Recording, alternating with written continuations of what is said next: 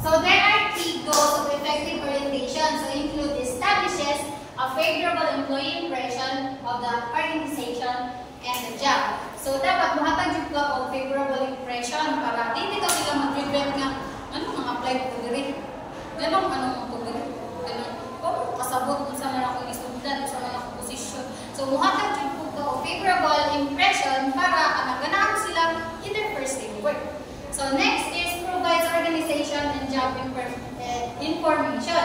So within the sa orientation kanahimo na silang tagaan sa mga information na ilang kinahanglan sa ilang paton, what type sila musulod, sa rules and regulations sa mga sayo o mga late, mga sinot, mga hinana ba. Next is enhances interpersonal acceptance by co-workers. So, kanang maghatag ito sila o kanang mutual understanding ito within the organization. Kaya pagpalitan na yung mga misunderstanding mo, makakause po din o kanang unproductivity. Brown. So, next is accelerates socialization and integration of the new employee into organization. So, next is ensures that employee performance and productivity begin more quickly. So,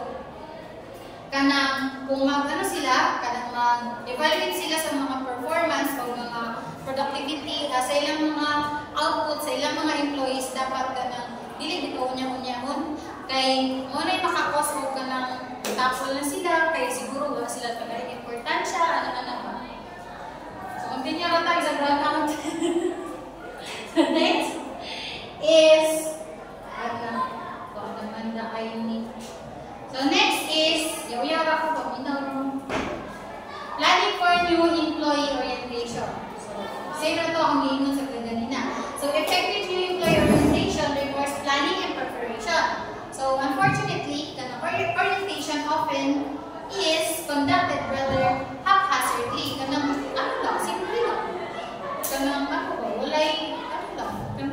Simple lang. Next, so to make orientation more effective, para may siyang effective, so there are following planning suggestions that are useful. So first, prepare for the new employees. So new employees must feel that they belong and they are important in the organization. So sama sa giingon ako kanina, dapat comfortable jud sila sa ilang kanang environment. So the supervisor, HR unit, and co-workers should be prepared for a new employee's arrival.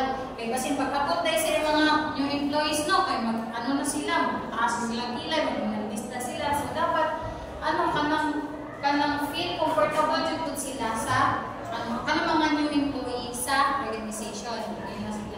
Next is, consider using mentors. So syempre, kaya baguhan pa sila, so dapat mag-assist sila sa mga major na mga buluhaton. So sama dito sa OJT, kabuluhan pa ta, asa dapit ni file, sa mga codes. So mo ka muna learn sa DPWH na dapat na-adyo yung mentor kay one time nahamit na dasipyat wala man ang mentor so ilaharagya po sa ilaharagya po impact ang problema. So next is use an orientation checklist. So mag-iwo og outline paunsa ang